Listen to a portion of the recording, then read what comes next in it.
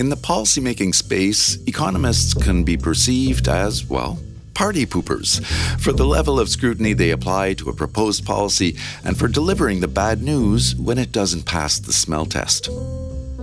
But is it what economists say about policies, or is it more about how they say it? I think at the end of the day, we're always going to be skunks at the garden party, but it's a question of how skunky we are. I think some skunks are easier to invite than others. And so I do think there are a bunch of things that economists can do to make us seen as a more attractive and vital part of the conversation. And it's not only politicians and policymakers that economists need to convince of their findings. If the public isn't behind an idea or a direction we need to go in, then it's going to be very difficult for a political leader to go down that road. I'm Karen Dynan, and I am a professor of the practice at Harvard University in their economics department and at the Kennedy School. And I am also a senior fellow at the Peterson Institute for International Economics. Dynan is also the author of Reclaiming a Policy Role for Economists, published in the June issue of Finance and Development magazine. Jeff Kearns sat down with Dynan to talk about the article and how to bring economic thinking out of the dark. Okay, well, Karen, thank you for being here today, and we really appreciate getting to talk to you a little bit more about this. The question I want to lead off with, how does the profession look different to you when you bring economic policy advice into the political arena, where it may be something that's seen in a different way? I think the element that we bring to the conversation when it comes to policymaking is that we think in terms of trade-offs. So it's rare to find a policy, even one with lots of benefits, that doesn't come with some costs or risks. And the way economists tend to approach things is that we think about these trade-offs as we are evaluating what the right decision is to make.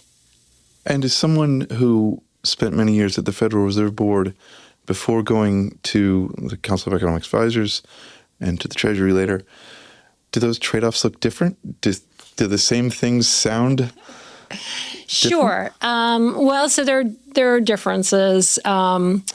There are differences by institution, and I think there have been some changes over time.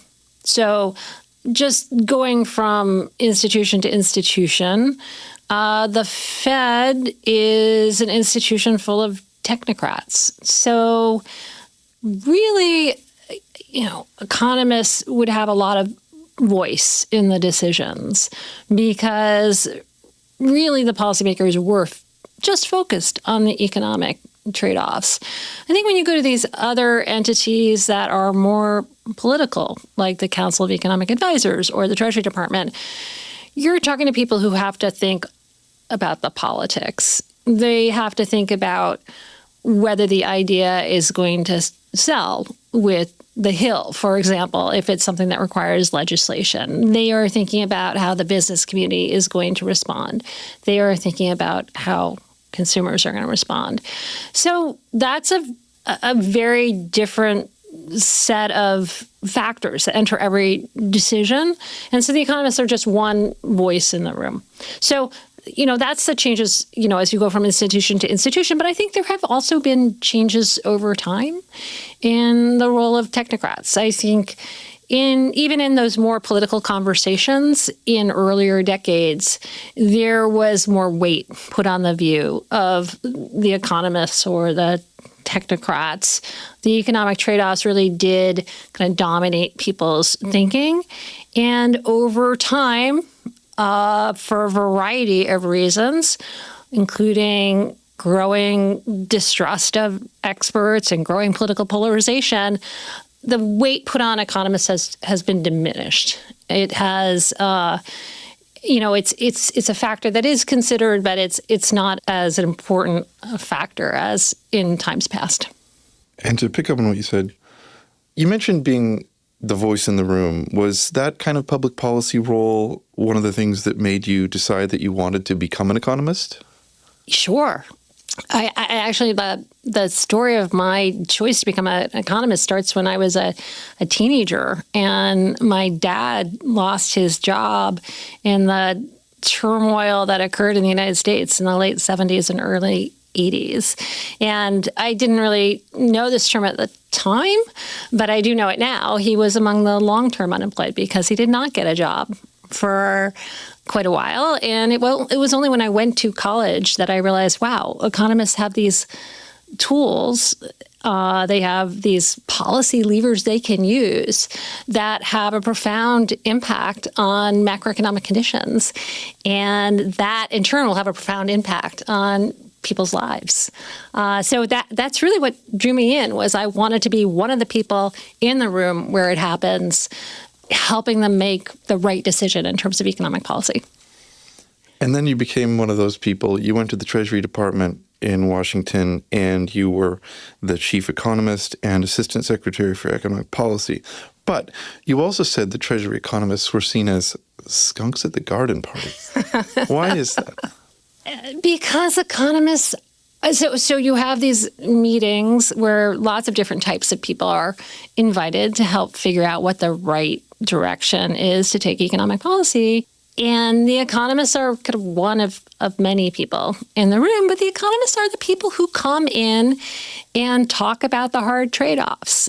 They, when you're evaluating a policy to stabilize the economy or increase economic mobility, there are always lots of good ideas of policies that will generate benefits, but there's always a question of, what are the costs? And those costs can be budget costs. I hear a lot from, for example, my students. They present me with their 5-point plan to increase productivity or to increase economic security among households. But, I go back to them and I say, okay, but how's your government going to finance that? So there are the economic costs, but then there are just other types of important trade-offs. So if you think about, a classic example would be minimum wage policy. Often it's the case when you raise the minimum wage, that will help some workers who do have jobs and were working at wages below the new minimum wage, but there may be a trade-off in terms of firms not demanding as many workers. So the economists are the people who come in and bring that kind of what's taken as bad news with them, which is why we often feel like we're darkening people's doorways or we're the skunks at the party. But we also, it's really important that the decision makers hear that. So you said that the thinking of economists is grounded in trade-offs and constraints, and these need to be present when you're in the room and you're talking about policies. But you've also seen an erosion of the influence of the profession. How do you preserve that influence that is so important? Yeah, so I don't think it's a matter of backing off about the trade-offs.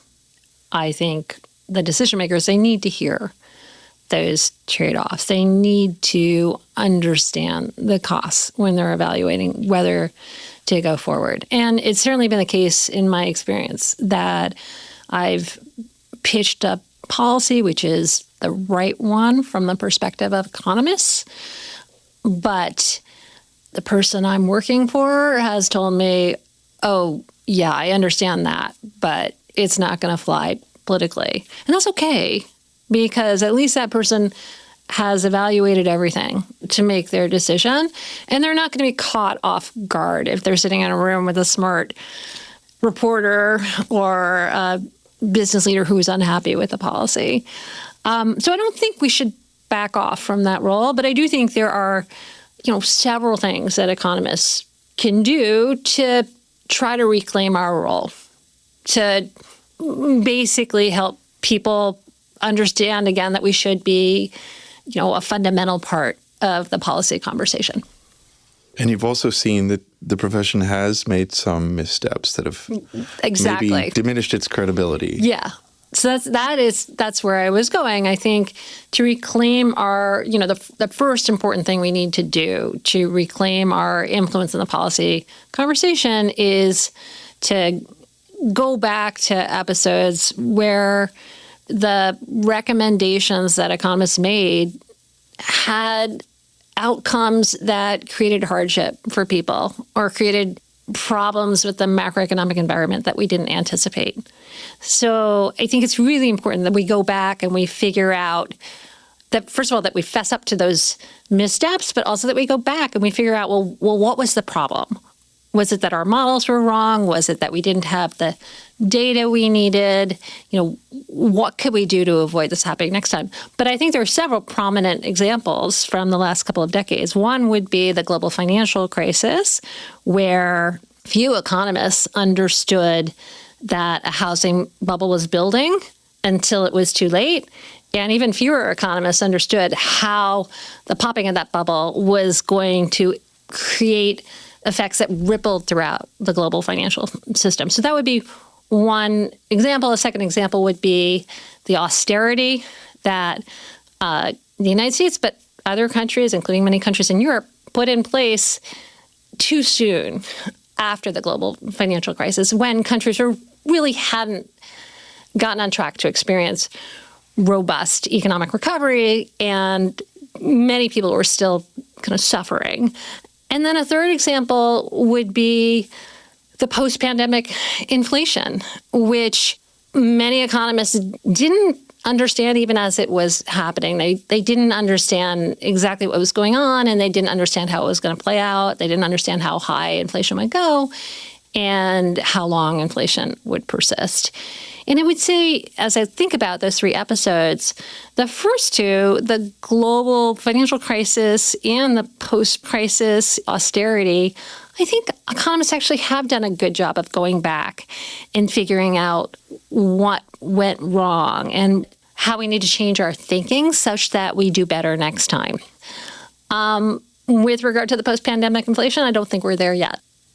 So there's been some loss of public trust, but you also think that there's ways that the profession can earn back some lost trust. Right. So I think, so one is taking a closer look at these episodes where we have misstepped and being transparent that those were missteps, explaining why that happened.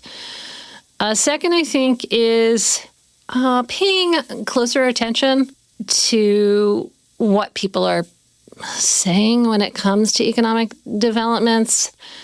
If you take, for example, the backlash to what's called the China shock here in the United States, I think economists had assumed when we opened up access or greater access to trade here in the United States, they understood that some industries and some geographies would suffer, but thought, well, that'll all work out. People will move to places where there are jobs. It didn't happen. And I think what we didn't really recognize at the time was that there are tremendous frictions to people relocating like that. And also maybe that people didn't really want to pick up and leave the place where their parents and grandparents had lived. So I think, that's one kind of example of how we could listen better. I think another example would just be around inflation. And I know this from teaching macroeconomics, that economists kind of take a simplistic view about the costs of inflation. They say, well, prices go up, but wages go up too, so it works out, okay in the end for everybody. But really, some of the recent research we've seen, including from my colleague Stephanie Stancheva at Harvard, has suggested that people really don't like inflation for reasons that aren't captured by our economic models. So I think it's important that we listen to people so that we know where we need to add more nuance to our models. I mean, we know our models are overly simplistic. We can't put every factor in the world into them, but it's a question of what are the nuances that it's important to capture. Listening is important, and also speaking for the profession. Yeah. And what is it about, you talk about the models that economists use and the numbers and the equations and formulas. Isn't that what matters? Yeah. Is it really more than that, to also know how to speak to a broad audience? And so I'm sure this will resonate with you, given your background in communications. Yeah, it's important that we apply the sophisticated tools that we have when we're, wrestling with a difficult analysis or trying to forecast what's going to happen in the future. But when it comes to going into that room where the policy conversation is being had, you're not going to be served well by bringing in a bunch of technical material that folks don't understand. So you need to go in there and speak to them at the level that they're at. I think there are some people who come in with very technical material thinking, well, it's going to blow people away and they won't be able to critique it because they don't really understand it. That's not a recipe for sustained influence in the policy conversation. You need to avoid that. But I think the more common situation is people perhaps don't want to insult the intelligence of their colleagues.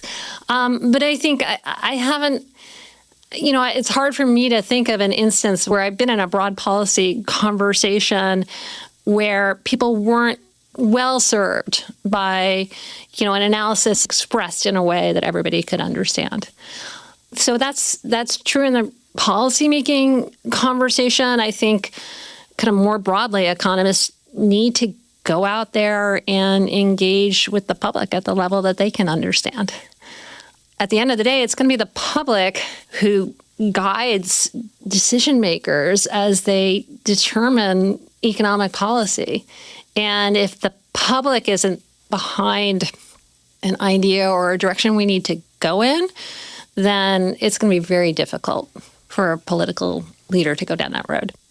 And the goal with communication is to build trust. It's to build trust. Yeah. I think it's not just economists, it's other experts who have lost the trust of the public to a surprising degree. And there are lots of reasons for that. But I think one reason is that we don't communicate in ways that are compelling to the public.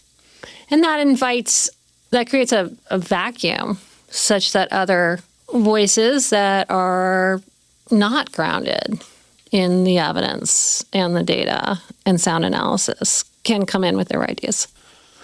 And then to bring it back, you talked about how you were personally shaped and your professional path was drawn away by the economic turbulence of the late 70s. The role you now have is as a professor who's working with the next generation of economists. And so how are you addressing these issues that you talked about engagement and communication and trust with the next generation that you're helping to shape? When we're educating our students, there are a lot of different things that our students need to know. Students certainly need their basic grounding in the models and in the data that they'll get from the textbook. The course that I teach actually is focused on the disruptions we've seen in the U.S. and global economies and financial systems over the last 20 years. But I put a lot of emphasis on why it is that things don't turn out the way the basic economic textbook says they will in many cases. So why do we have terrible financial crises? Why does it take so long to recover from why did it take so long to recover from the Great Recession? How is it that we end up, with this terrible surge of inflation after the pandemic? I mean, the textbook, if you read the textbook, it sounds like, well, here's your problem and here's your answer. But I think that what's really important for the students is to understand that there are many, many other factors that shape those policy decisions. And I think it's important. So I teach that course partly because I think it's important that they understand that there are going to be all these other obstacles and constraints. But I think at the end of the day, my goal is to, arm them with this more kind of nuanced view of how the policymaking world works and kind of teach them, how they can best have an influence while still working off these important lessons they've learned in terms of the good economics. Are the students enthusiastic about pursuing a career in this fraught field? Yeah, I think that the great thing about working with students and people who are in the early part of their careers is that, even when they see a world that's full of risks and, bad things that are happening, they also see the future as being full of opportunities. And, I think this is why, I put a lot of emphasis on just these historical cycles we've been through. With the economy, they correlate with cycles of other things going on more broadly in society and political systems, because I think there is a lesson there that, we go through tough periods, but then, with the right perspective on kind of what went wrong, we can get things on the right track again. And it's a wonderful thing about working with students is that they embrace these opportunities. So there's an idealism about economics as a way to improve public policy outcomes and make our lives better that remains intact. Yes, I do think that's true. Yep. Well, Karen, thank you for coming into the IMF today to speak with us about your work and your career and the way that the economics profession can better engage the world. Thank you. My pleasure.